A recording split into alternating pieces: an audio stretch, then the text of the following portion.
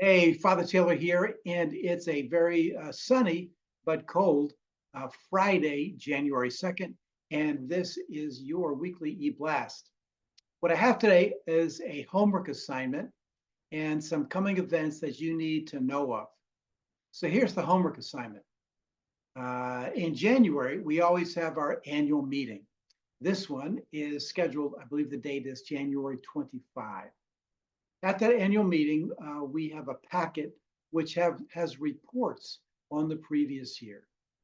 Now, I've seen some annual reports that rectors write. They're half pagers. It was a wonderful year. Looking forward, done. In the past, I have generally gone through it. It's a very painful, but I go through the calendar and I go through everything that I can find that happened in the previous year, looking for trends. Where has God been at work? What are things of note that have happened? This year, I'm going to do it a little bit differently. I would like you to look back at your year at Trinity. So, not your year at work or your year on the golf course, but your year at Trinity. And what was notable? And what I'm wanting you to do is to really think about, maybe pull out an old calendar the way I do it, and look over from January last year to December. What was happening for you at Trinity? What were the big events or moments, perhaps even seasons you were going through as part of Trinity Church? So you don't need to remind me of when Lessons and Carols was, that kind of thing. But what was going on for you in the previous year? And I would like you to email me with those reports. You don't have to write it like you're writing a book. It doesn't have to be perfect, but just highlight anything you can come across. There was a season in which I felt like I was going through, or the church was going through. What were some things that you saw in the past year? Think about it. It's going to take some time, but I'm asking you to do that.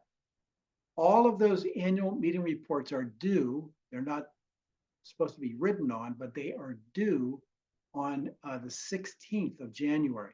So if you're reading this and you're part of a group or committee, vestry, you got to get to work. But I'm asking you to get those reports in the next 10 days or so. So that's the first thing. Secondly, there's something coming up that I'd like to do that I don't think we've ever done here, at least while I was here. I'd like to set aside a week for us to be praying and fasting for our church. It'll start on Sunday, February 1st, and conclude on the following Sunday. And we will be sending out to you some information as what to pray for each day. But I'm asking you to be praying for our church, listening to guidance. What is God saying to you as you pray? Now, when we first go to prayer, our minds come up and go, well, what should I pray for church? I pray that the budget gets met. I pray that 3 new families join. Those are all good things, and I certainly appreciate them. But as you pray and fast, we're asking God to tell us what to pray for. What should we be praying for? How can we be aware of what God wants us to be about in 2026? So that's a big homework assignment. And they're coming up for annual reports and coming up the week of February. So we're going to hear some more about that from February 1st to I guess that's the 8th.